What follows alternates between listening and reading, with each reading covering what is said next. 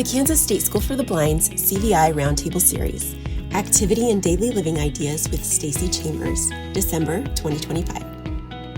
All right, thank you guys so much for having me. I'm really excited about this conversation today. And since it's December 5th and I'm feeling festive, I went with kind of a holiday theme for today's presentation. And I'm going to be sharing some holiday CVI friendly ECC plans, as well as some lesson ideas that you can use all year long. So again, I'm excited to share some things and hear some of your ideas and give you a chance to share some thoughts as well. But as she shared, I am going on my 16th year as an itinerant TVI in Texas. I did co-author the Tools for TVI's Itinerant Handbook and Sensing and Learning. I'm the co-author. And so I'm excited today because it's kind of an opportunity to merge my passions about the ECC and our role and being creative and making that meaningful, especially for our students with complex learning needs. So again, excited to kind of share and brainstorm with all of you. Before I share some ideas, I did want to touch on just my general approach to expanded core curriculum instruction. And that is that I really believe that my role is to be a champion of the ECC. I really feel like on our teams, there is nobody that is going to be more passionate and more excited about the ECC than we are. And so it's really our responsibility to bring that energy and bring that excitement and passion and teach our students with rigor and urgency and be the ones on our teams to set that expectation of what we believe our students can do and achieve with their various skills in expanded core. So I feel like we need to be a little bit less elf on the shelf, and we need to be more Buddy the elf when it comes to expanded core. We know that Buddy just absolutely was so passionate about Christmas, and just his energy was contagious, and it really influenced everybody around him to have the Christmas spirit. And so I really like to kind of think about that as I think about our role in the expanded core and the teams that we work with and our students and the families that we're working with and making a difference. So when I'm planning lessons and thinking about my students and how I champion the ECC and all that I'm doing, I think about a few things, and hopefully you'll see that kind of as a thread as we go through some of the ideas that I'm going to share today. And one of those is that I really try to be intentional about making my lessons motivating. I think that nobody knows our students better than we do, just in knowing what they love, knowing what gets them excited and engaged, knowing what's important to them. And so I really think that that is critical as we design lessons for our students and thinking about what's going to capture their interest and excitement, what's going to help us connect, and what's something that's going to be, truly motivating for them to want to work hard for us. So hopefully that's something that you can kind of think about as I share some different ideas of what might be really impactful and motivating for your student. Also, we want to make sure that our lessons are meaningful. So, we have our expanded core checklists, and we are able to begin identifying what skill gaps we see for our students, what gaps in skills or knowledge or behaviors. And those are the kinds of skills that we want to be targeting in our lessons, because we really want to make sure that we're having an impact and that the lessons that we're doing aren't just kind of a one and done kind of thing, but they're going to have lasting impact, and it's going to go somewhere and have meaning for our students. And then lastly, I think that being a champion of the ECC truly means that we have a collaborative mindset. So all of the lesson ideas that I'm going to be sharing, I think really provide an opportunity to model that multidisciplinary approach with our students and just the collaboration that it takes, especially for our students with multiple disabilities or complex learning needs. And so I really think that we can bring and model that approach with our students and look for every opportunity that we can to co-teach or bring a related service provider along with us as we do our lessons with our students and really work together and really think about, again, we sometimes are the folks on the team with those expanded core checklists, but we're not always the most appropriate person to teach every individual skill. So, I see myself as a champion because I'm able to recognize gaps in skills, but I'm really able to bring along people, whether, again, it could be a related service provider or another teacher or parents or outside agencies, schools for the blind, things where we can really tap into those resources and make sure that, we're utilizing the best people to teach a particular skill or lesson. So again, as I'm thinking about the types of lessons and activities that I'm planning for my students, I want to keep these things in mind because in everything I'm doing, I'm really trying to set the tone for my role on the team with these students. Vision is, such an important piece of their puzzle, but it's really everybody coming together and making sure that our lessons are going to have lasting impact. So I'm going to share just a variety of kind of different lesson ideas, and I definitely want to hear from you if you've, tried some of these strategies or have some ideas where you can kind of take this and run with it. But I'm going to start with our students with CVI in the sensorimotor stage. So I know that you all are familiar with sensing and learning, and that is the main approach that I like to use with my students at the sensorimotor stage, that 0 to 2 level of cognitive development. So a lot of times around the holidays, or if I'm just kind of, needing to spice things up a little bit and try something new with my students, I love coming back to an idea of a play type activity that I can bring to that classroom.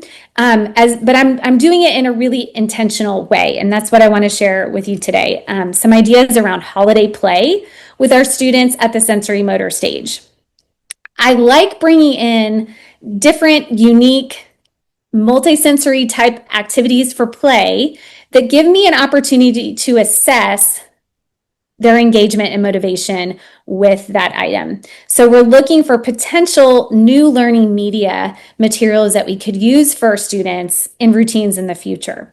So if you're familiar with the sensing and learning assessment, there are opportunities to take data about what our students really respond well to, because we want to find things for routines that are motivating and engaging. So by bringing in some new and different sensory type materials to the class around the holiday is an opportunity for me to take some data about what my students are responding to, what they really like. Are there some students who I just never knew that they responded so well to some of these things? That's an opportunity for me to have some information about future lessons down the road.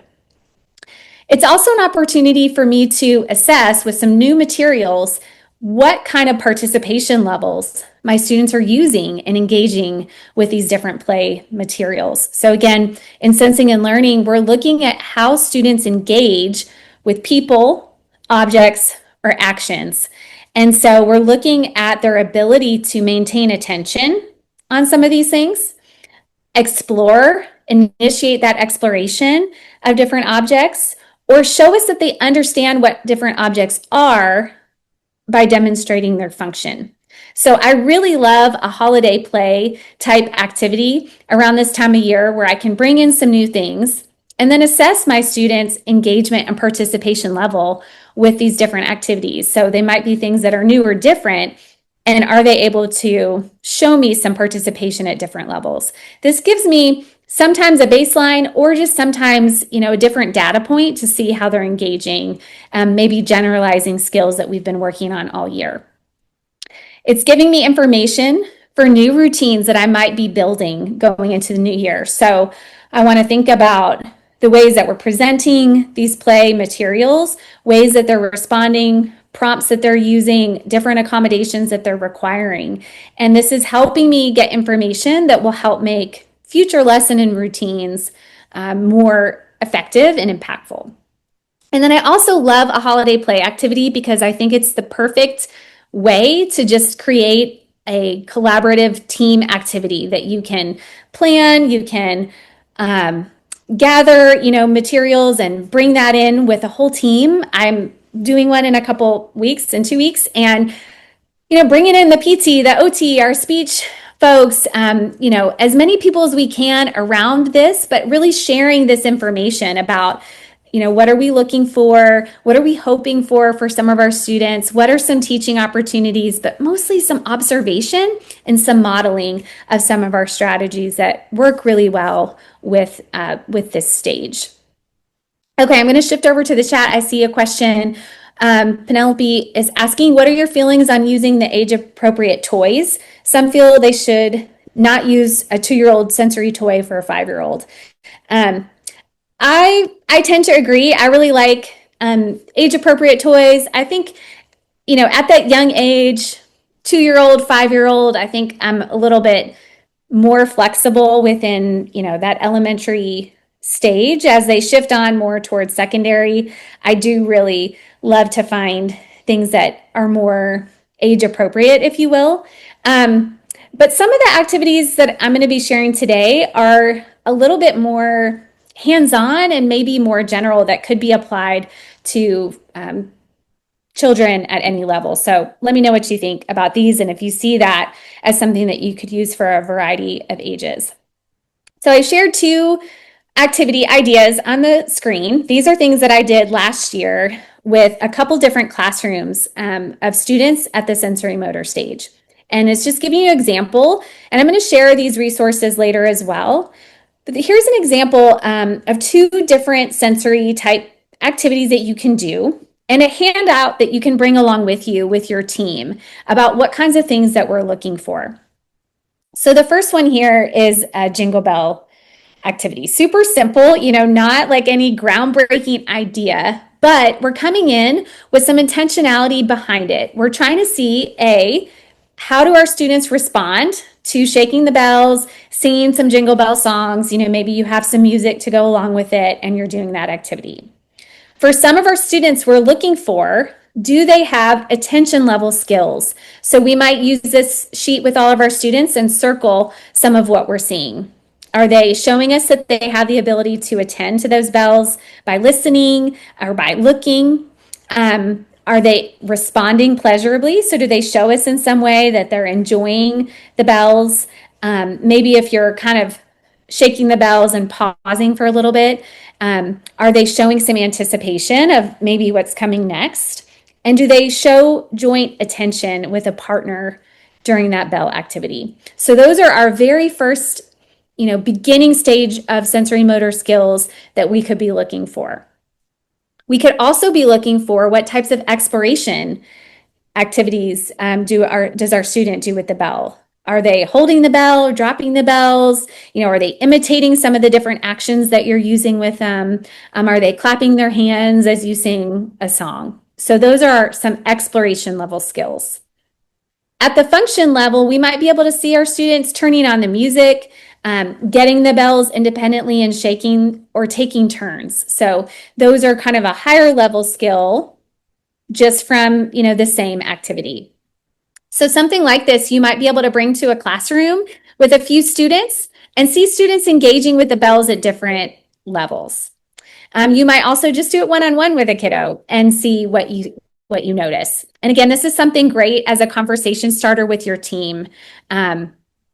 And just initiating some of those conversations and also future skills that you can work on. And particularly with the vision aspect with our CVI kiddos, modeling what kinds of visual accommodations might help them to be able to be successful. So, obviously, setting up the environment that works well with your student with that high contrast, maybe bringing in some light to get their visual attention on the bells, things like that we can really do to again model what that would look like within kind of a play activity like this. And then side by side, I have the play in the snow activity. It's a very similar thought process behind it with just different types of sensory materials. So there's a little recipe for making play snow, which is some baking soda and white hair conditioner mixed together, kind of creates this kind of snowy material. And again, it's listed out the different skills that we're looking for within attention, exploration, and function participation. So again, we're doing just what, kind of a natural play activity around the holidays with some snow, but we're looking at it with the ways that our students are engaging, and we're giving that opportunity for them to show us some initiation of these skills. And I see a question about the PowerPoint. I can share the PowerPoint, but I also am going to be sharing a little Google Drive where there's the actual PDFs and examples of some of these lessons. Any questions or thoughts on these two activities here and how these might be used? Last year when I went into the class, I actually came with the materials to do both of these, and we had two stations set up, and we kind of rotated the kiddos through the stations.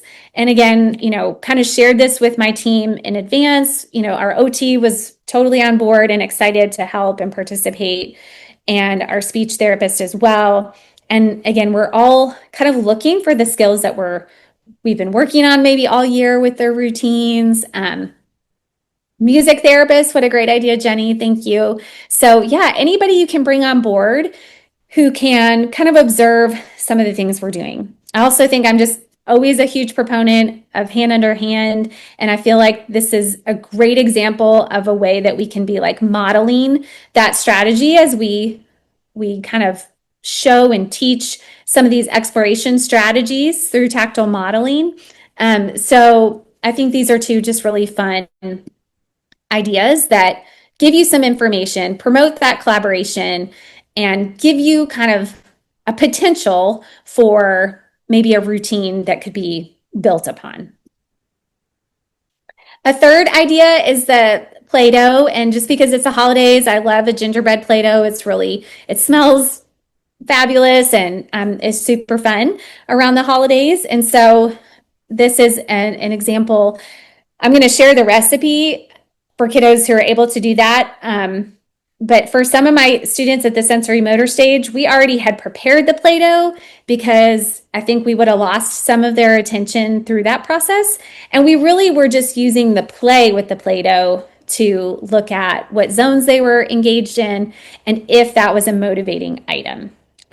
So with the Play-Doh, are they alerting to the smell and to the texture?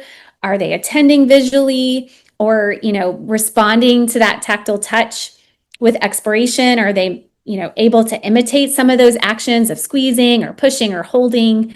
And then with function, I love Play-Doh because it provides, some great opportunities for tool use. If you have a rolling pin or some cookie cutters, them showing you that they understand what those different tools can do is a great function level skill. I'm looking back into the chat. Laura, I've never tried to put it in the fridge, but that's a great idea just to add that cold sensation, and would actually be really interesting, again, as we kind of like try to learn about our students and what they love. I think having room temperature and cold would be really cool to see if you get a different response. So I really like that idea. I'm not sure if it changes like the physical properties of it or anything. I've never tried, but that's a really great idea. I've done a version of the snow before with a like shaved ice machine that makes the ice come out, and some kids think that's really fun, and then others that's a little too overstimulating, but that's another idea as well if you want to bring in kind of that actual like icy sensation. Feel free to share in the chat. I would love to hear if you have any other like holiday type play ideas that could be used for this purpose. I really like to think about, is the play material something where we could be looking at the different zones? Are there ways that we can do that? And then anytime I bring that in, I really would go through that thought process of like, what would it look like to show that they have attention with this activity? What does exploration look like? What does function look like? Because I really do think, as we're coming in, we often, kind of have these little festive things, whether it's a craft or, some kind of sensory activity. But I always want to make sure that I'm kind of using that as an opportunity, again, to learn about my student or to kind of get information about where I could go from there. Well, I love using story boxes, and I'm trying to think of how to incorporate what you're saying with cute little rhymes or just a way to put them both together. Yes, and I think I'm going to share an example of that in just a little bit as well. Okay. So, kind of as I'm thinking about those routines or those activities, again, I'm kind of getting information about what I could use from what I learned there to go towards, something more lasting and more meaningful down the road. Because that's like a one-time thing that we're doing. But I want to take that and then use what I know about best practice with routines for students at the sensorimotor stage. And so again, if you're familiar with sensing and learning, you know that routines are really the main approach for instruction for this stage. And in the book, we take a lot of information that we gained from a research study that we conducted in my district where we studied the impact of routines. And so I'm incredibly passionate because I've seen my students as part of that study benefit so much from that structure, from that repetition, from just that intentional approach of targeting specific skills within a routine. Routines are, again, highly accommodated, rich in ECC skills. And I also think they're an opportunity for introducing that object calendar or object schedule process with our student. So I've shared here what it would look like to take, if your student really responded well to the bells activity at the holidays, how you could take that and turn it into a routine. And so this is a sensorimotor stage bells routine for someone working on attention. So if your student, showed interest in the bells, but had difficulty kind of maintaining attention for, any period of time, you could create a routine where the main focus was to increase attention with the bells. So this is like the most simple routine that you would take and then really accommodate for your student, particularly when it comes to that, visual attention. If they have CVI, how much can we structure that environment? How much can we structure the visual presentation of the bells so that we can really work on extending their ability to maintain attention? And I think for a lot of our kids with CVI, building these simple routines is such an important way to work on those visual skills with objects that become very familiar and very accommodated because we really need that attention both visually, auditorily, and tactily to really set the foundation for further learning. So in this routine, they're going to read the object symbol from the now container, and then they'll shake the bells, probably with you kind of modeling and shaking and singing or rocking or moving or whatever you think your student, will respond well to.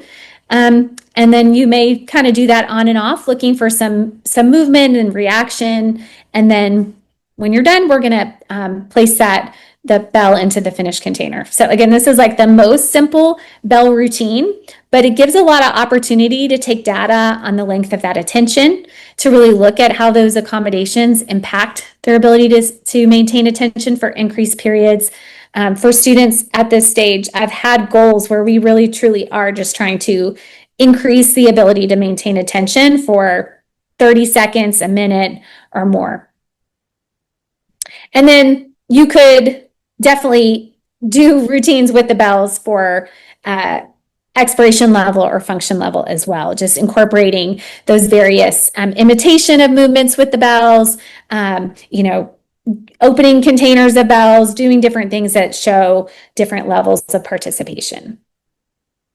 And so here's a routine for the snow at the expiration level. So if the student really responded well to that, and had maybe some pretty good attention skills, but you're wanting to build their exploration, you could create a routine at this level. So the student will read the symbol and they will go to the location of the routine, probably with some help at this stage.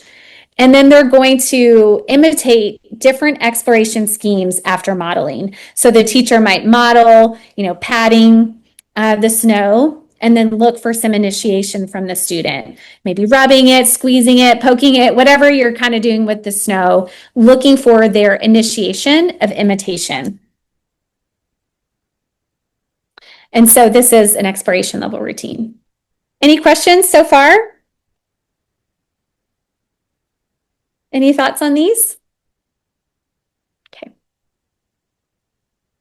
I'm seeing a tree decorating activity with a book that talks about the different things we put on a Christmas tree. I love that. I love that. And again, I love the incorporation of the books is great as well. All right, so here's a Play-Doh routine at the function level. So again, just that next level, showing how you could take something that they respond really positively to. This might be for a student who explores the Play-Doh pretty independently or initiates that movement, and you're wanting to extend their learning towards those function level skills. So this routine with the Play-Doh really would emphasize some of those higher level steps of understanding the purpose of specific tools within that routine, whether it's the roller. In this one, they will kind of help open the container to the Play-Doh, right? So kind of going towards those next level skills of understanding what to do with particular objects. Are you guys using routines pretty regularly with your students at the sensorimotor stage?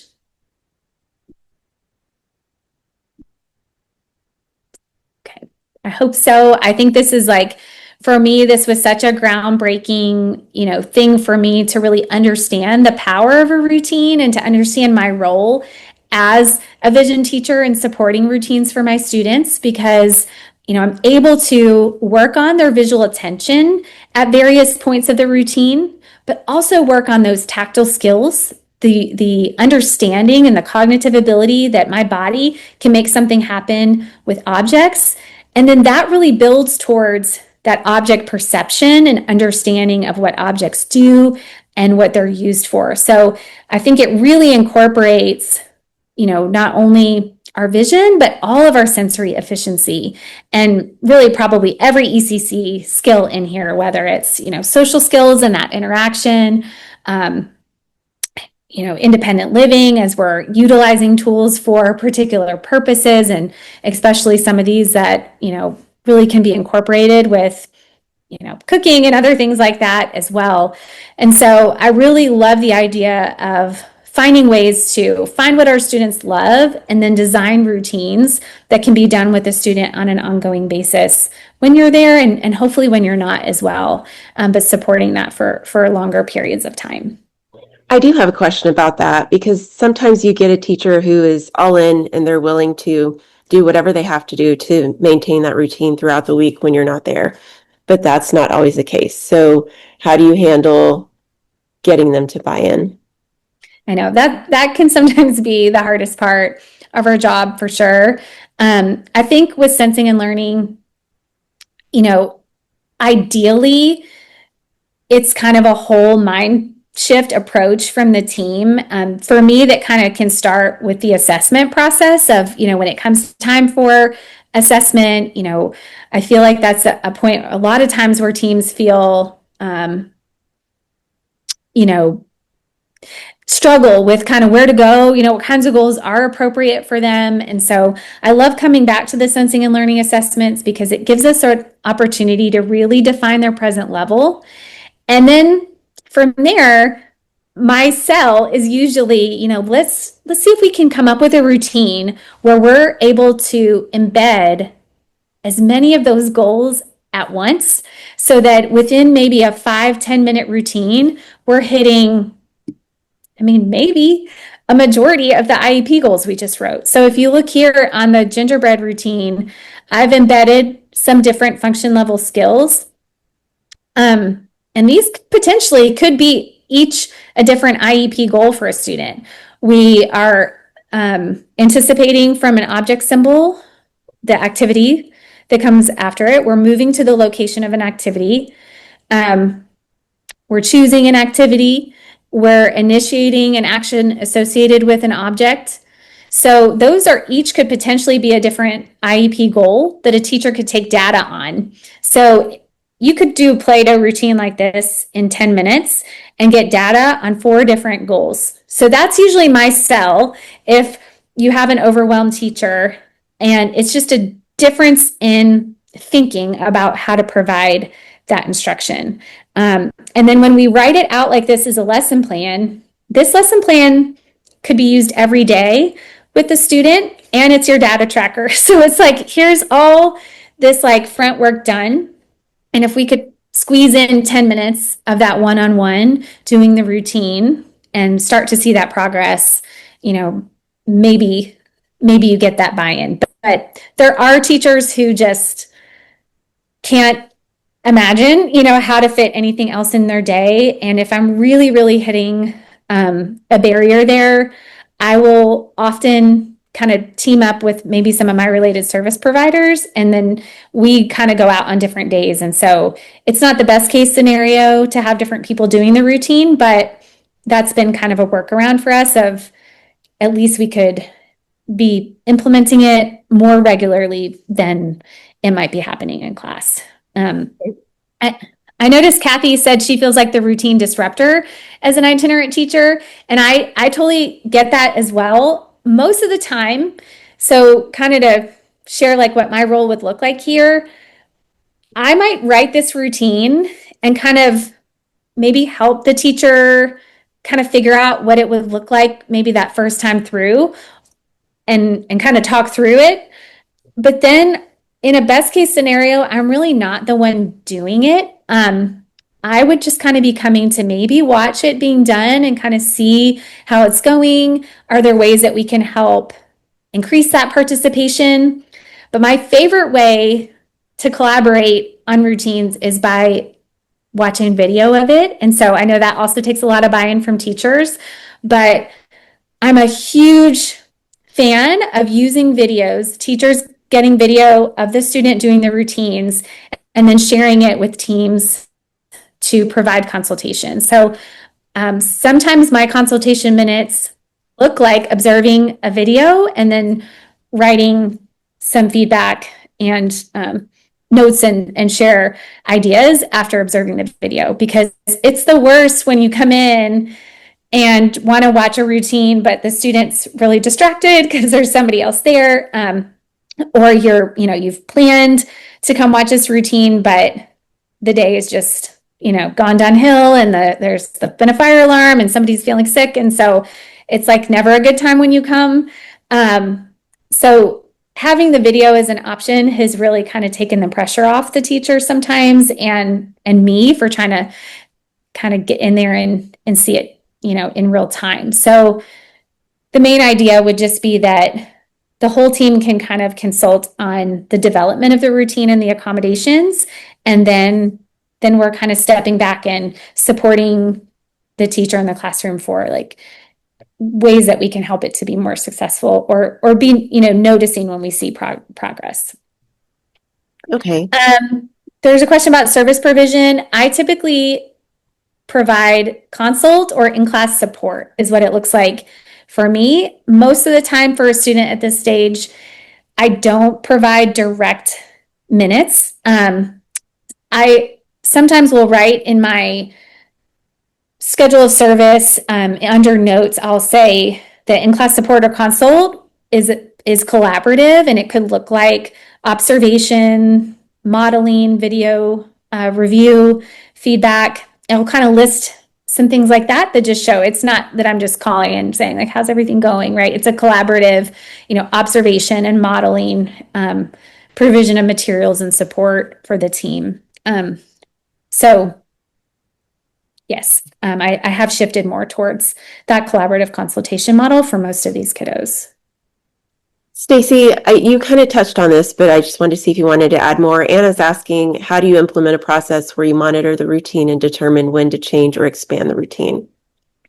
Yeah, that's great. And really the videos or just direct observation of the routine. And when you have those embedded skills where okay, this is what we're looking for, we're looking for the student to be able to initiate the action associated with an object, right? For example, in this gingerbread routine, and maybe our criteria is, 3 out of 5 times or whatever we've determined, when we really do start to see that consistent progress there on skills, that's when we'll come back and say, okay, we're seeing, mastery or pretty good, progress here. Do we want to create a new step in the routine to expand it? Or do we want to create another routine that's working on new skills or new objects? So that's where we come. And then if the student is not making progress, we do definitely want to give it a longer than feels comfortable, probably, of like just kind of sticking with it and letting the routine consistency do its work.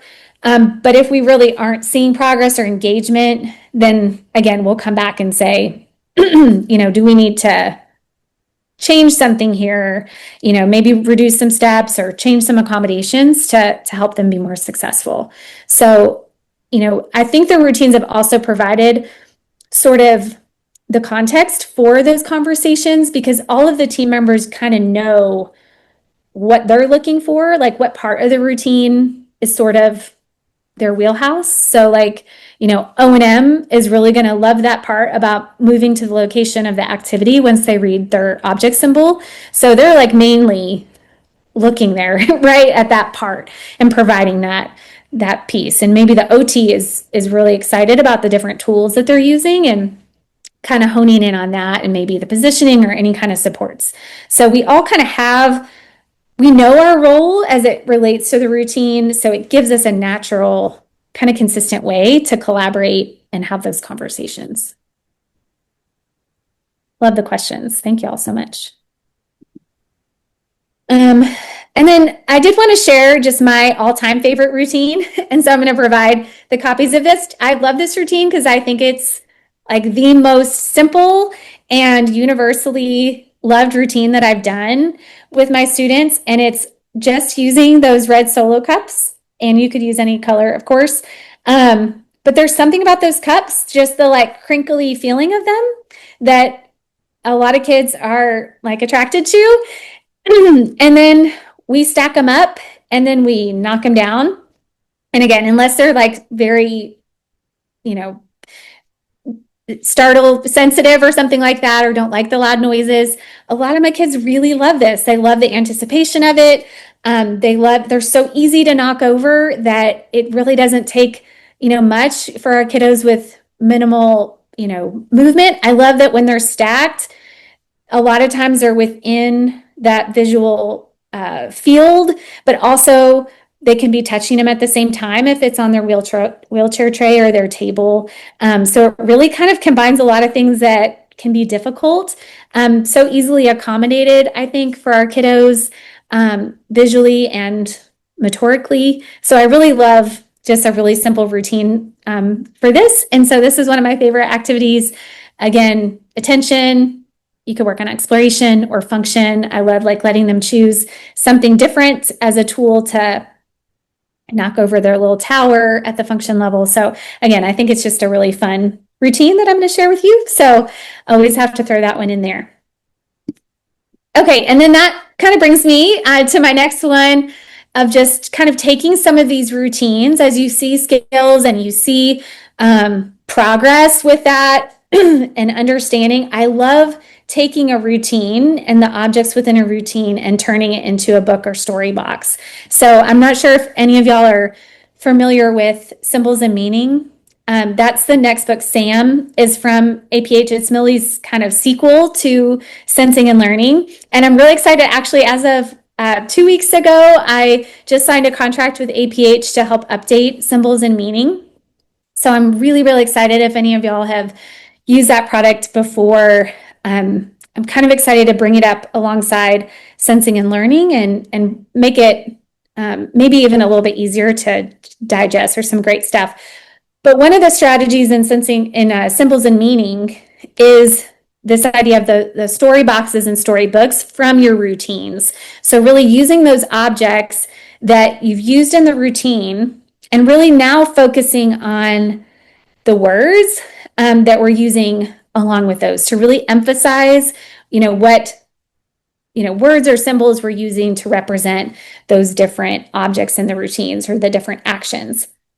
And so I love, creating a box, modeling the box for the team, showing how we can use those to really reinforce that symbol understanding and those pre-literacy skills with, not only a book itself, but maybe sorting the objects left to right, things like that that kind of build on those early literacy concepts. In the folder I'm going to share, I have a couple gingerbread books that you could use kind of as a foundation for some of these. One of them has the recipe that you could read as you make a recipe with a student who might enjoy that, incorporating some really simple pictures of the tools that you use to make the gingerbread. And then a book that involves a gingerbread man that you could use, maybe with the little gingerbread men that you make with the Play-Doh or something like that. So this is not exactly a story box necessarily, but you could use it along with that activity. I also am putting in there one with this little snowman. You could do this with clay or Play-Doh, or maybe that little snow if they really enjoyed that routine. And in the book, it has a place where they can make the snowman. Like you could cut out these different pictures to make the snowman. So again, we're kind of shifting away from our sensing and learning sensorimotor stage student and kind of moving up a little bit cognitively more towards that pre-operational stage where we're maybe getting a better understanding of vocabulary and objects and what they're for, maybe working on some positional concepts and things like that. But I like these books because they're really accommodated well for our kiddos with CVI. And you could also do them with real objects if our student isn't responding, much to the 2D pictures. That's an option as well. I'm also sharing in the folder a little book that's about smoothies. I think this is another routine that you could build with your student and then incorporate it into a book or a object story, or kind of work on, just reading the words or looking at the photos and engaging that way with our kiddos with CVI. And then I have a short video to show you of what a symbols and meaning type object story could look like. If you think that we have time for that, I'd love to show just a little bit of it. To give you some background, this is a student of mine that we used in the research study with Millie. His name's Freddy. And we had created a routine using a brush and some head massage and a hair dryer for him because he was really motivated by head massage, and we wanted to teach function level skills. So he was good at exploration, but we wanted to teach him what different tools might be used for, like in kind of a hair routine. And he did really great with that. And so we were kind of like, okay, what comes next? And so we created an object box story where he had pictures of himself doing the steps of the routine, and then we had the objects for him to engage with and then put in order in little boxes from left to right. So I'm gonna get us there in the video. I don't know if you've referenced these videos, but all of the students in our research study, if you search up on APH YouTube channel, Sensory Learning Kit, there's like 4 or 5 different students of their videos from beginning to end, of when, like at the very beginning of our intervention all the way through the research study. So they're really helpful in just looking at routines and kind of how we story and did book. those. Let me get the captions on. Freddy builds a box story. Freddy and Ms. Prey sit with 4 story boxes and a box filled with the routine objects. Freddy places the bottle of water in the first box. As Ms. Prey says, Freddy sprays water in his hand. Ms. Prey says, Freddy rubs his hair with. So they're going through the steps of the routine that he did, but they're just talking about it as a story. So it probably would make more sense if you saw his whole routine, but that's the step. That's kind of what they're talking about from the book. Next, Freddy places the mirror in the second box as Miss Prey says, Freddy looks at his wild hair. Next, Freddy places the hairbrush in the third box as Miss Prey says, Freddy brushes his wild hair. Last, Freddy places a second identical mirror in the fourth box as Miss Prey says, Freddy looks at his handsome hair. Freddy and Miss Prey prepare to read a book titled Freddy's Hair as they empty each story box. Freddy removes the bottle from the first box as Miss Prey reads page 1. Freddy looks at his bottle and the picture of a similar spray bottle in the book. They turn the page and Miss Prey reads page 2 about rubbing his hair. Freddy sees his hand and the photograph of a child's open palm on the page. As Miss Prey reads page 3 about Freddy's wild hair, they look at the mirror from the box story and the picture of the mirror in the book. Freddy and Miss Prey compare, side by side, the brush and the picture of a similar brush in the book as they read page 4. While Miss Prey reads about Freddy's handsome hair on page 5, he compares the second mirror to the picture of a mirror in the book. As the last object is placed in the finished box, Miss Prey reads, Freddy cleans up, while he looks at the picture of a similar box. Miss Prey reads the last page of the book, which says, The End. Teacher and student look at each other with a sense of accomplishment.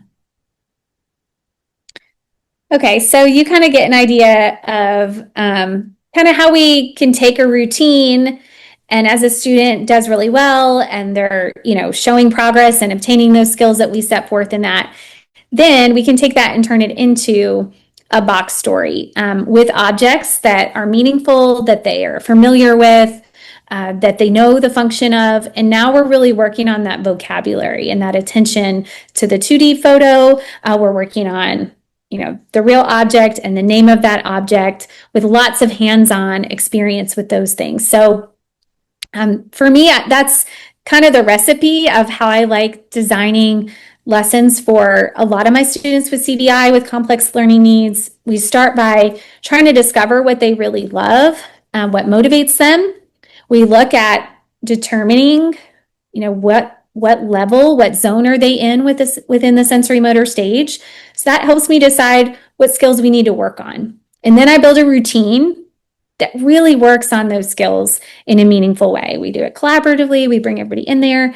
And then from there, once we're getting those skills, we can move beyond that with more routines, and then moving more towards that symbol knowledge and meaning behind those words through story boxes and symbols and meaning book. Also has a lot of different games that you can play that reinforces the meaning of those symbols and words. So I kind of like shifting more towards that. And then, of course, if we have students that are really working on more literacy skills, that are working on 2D pictures and using their vision that way, I love making books that also have meaning, that have activities and hands-on experiences behind it, because I think that that's really how we can bring in kind of all those ECC skills and, work on those skills in a meaningful and impactful way. So that's kind of some ways that, I go through, my thought process of my role and how I support my kiddos in those settings. But I would love to hear from you all, like if you've tried any of these strategies, if you have other ideas of materials or routines that have worked really well. I would love to get your input so that you can have access to all the resources I shared today. Will it have links to the videos you referred to? I don't think they're in here, but maybe I can send those, or maybe I can add it to the folder. Well, then I will go ahead and ask my question. Yes. And it goes back to the SAM kit. So I've heard several people actually, and it's been kind of recent, say, I have a SAM kit, but I have not dug into it. And it's kind of nebulous. All the pieces are a little mysterious. So are you thinking that your new training or whatever it's going to be will be addressing that? Yes. So if you're familiar with the original sensory learning kit, it also came with like a big box and it had a bunch of, materials and toys and pieces to it. And when they did the update, it does not come with all of those things. So I think the same thing will be true for symbols and meaning is we won't include a kit anymore. It'll just come with the guidebook. And I do feel like for me, symbols and meaning, it's really meaty. Like it has a lot of really good information about concept development and how to teach symbols, how to, assess symbols and all those pieces. But I do think for me, it was overwhelming the first time I read it. And so my goal with the update is to kind of streamline it a little bit, kind of just give more of, here's how we assess what our students know, and then here are some intervention strategies. And then the other thing that I'm hoping to do, well, that I am doing is I'll be having a co-author, and it's my colleague, Kimberly Nieves, and she's a speech and language pathologist. So I really thought it was important to bring along a co-author from the speech world, because I think this is where we really start to kind of really need to come hand in hand with our SLPs on our team. But sometimes I think our terminology doesn't align. And so I'm really hoping to kind of streamline that there too, so that I think a lot of times we're talking about the same thing, but we use different terminology, if that makes any sense. Mm-hmm. So I really hope to do that so that this becomes a tool that teams can really use together. That's my big goal there. Okay, so what would you recommend for someone who wants to get into it now? What would be the right path to take, to watch the videos with the games, or? I think those game videos are great. They definitely give you some ideas of how, like, what you could do to plan for some instruction for your students. And I think you could probably pick one that aligns with somebody that looks like your student, you know what I mean? That reminds you of your student. I did just add some information on this slide. I do offer an ECC Me membership, and especially since we're about halfway through the year, I'm giving a pretty big discount code here for anybody here that's interested with the code Kansas ECC. But as part of my membership, you do have access. I do have a video course on there for symbols and meaning. So I think that does break it down really well. There's also a Hive course we did several years ago on symbols and meaning. And so that could be another place to go to. If you're just kind of like, sometimes we just don't always have time to go through the book. It's like, just tell me what I need to know. So I think those two resources could be really helpful. Okay. But yeah, I'm excited, and hopefully the first draft is due next October. So I'm going to be really spending a lot of time this summer really looking at it. But hopefully we'll have some great new resources for y'all soon. Awesome. And Mandy is asking, can you repeat what you said on how you provide consultation? Yes. So I've really shifted towards the model of collaborative consultation. And so in my schedule of service, that either looks like consultation minutes, and it kind of just depends on the teacher or maybe the team that I'm working with, depending on how I put it. Sometimes I put in-class support as well, because it's kind of a collaborative approach there in the class with the teacher. But I always try to use a little blurb. In my schedule of service, there's a place in ours where we can put some notes. So I try to describe what that looks like, just so that parents understand, especially if I'm changing from direct. Some kids I've inherited with direct service minutes, or when I first started, and parents really fear losing that connection with a TVI. So I just try to describe what that looks like.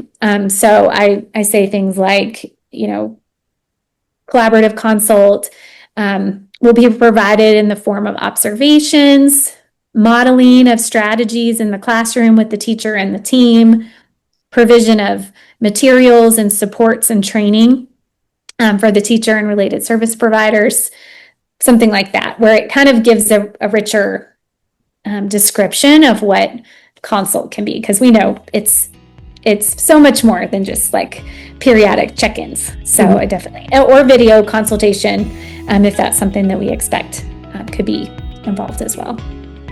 The logo for the Kansas State School for the Blind, a flying blue eagle in the center of a red and yellow sunflower.